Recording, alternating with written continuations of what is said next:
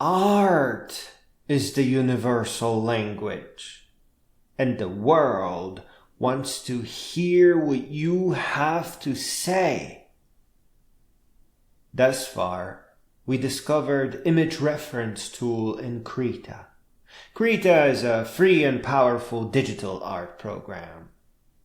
If you prearrange your entire scene in a single image, in a photo editing program like GIMP, or just take a solid and good photo, and then stretch the reference image over your entire canvas in Krita, your color picker will only ever pick colors from your reference image, never from what you have painted on your canvas, and always from your prearranged scene or photo.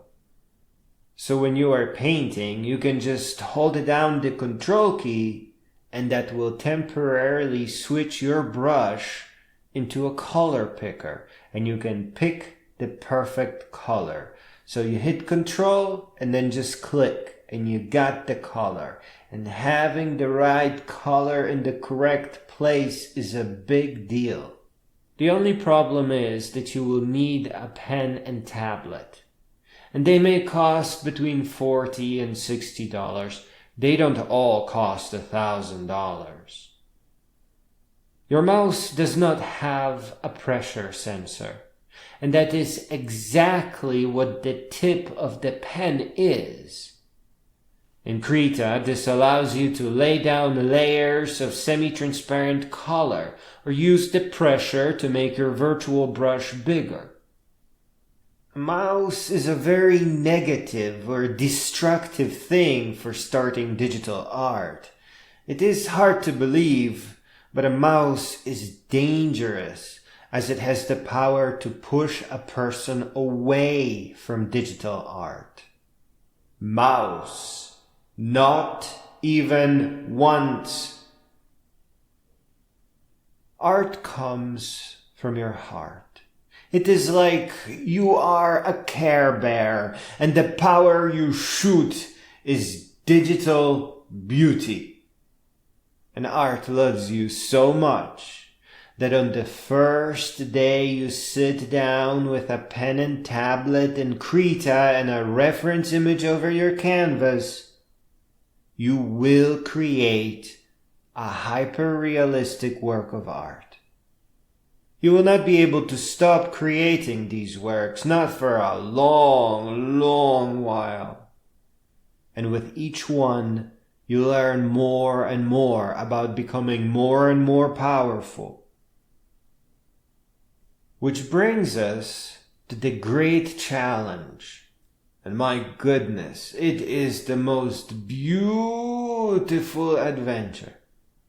Because once you have tasted hyperrealism and feel safe and powerful, you will have to ask one of the most beautiful questions in art.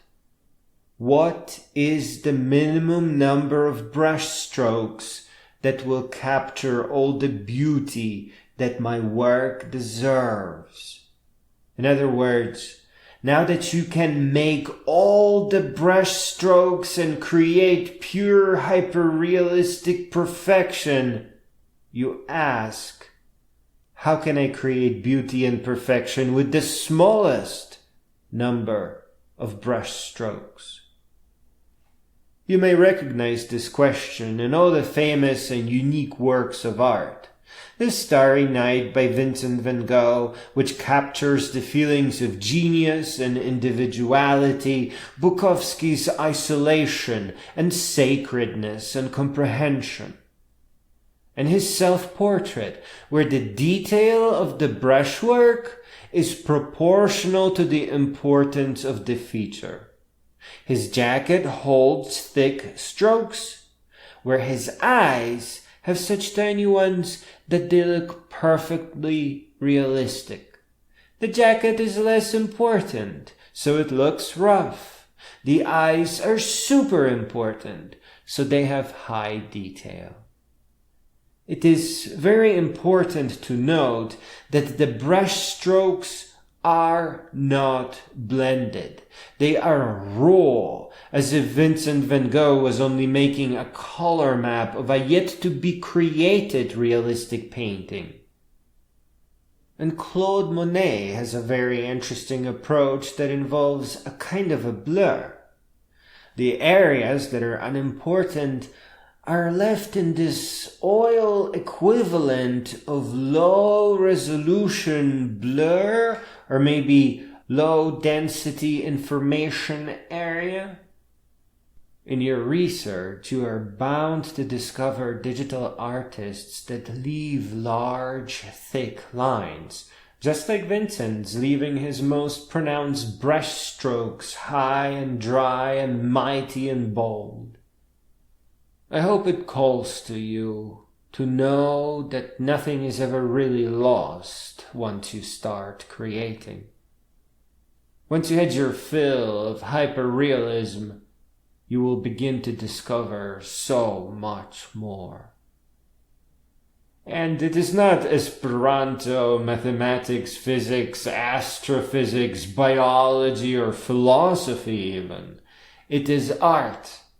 Art is the universal language. Begin with hyperrealism so that you may truly know the blessing of art, and slowly start your lifelong journey towards minimalism and the maximum of expression. Speak out. The world truly, deeply wants to know what you have to say.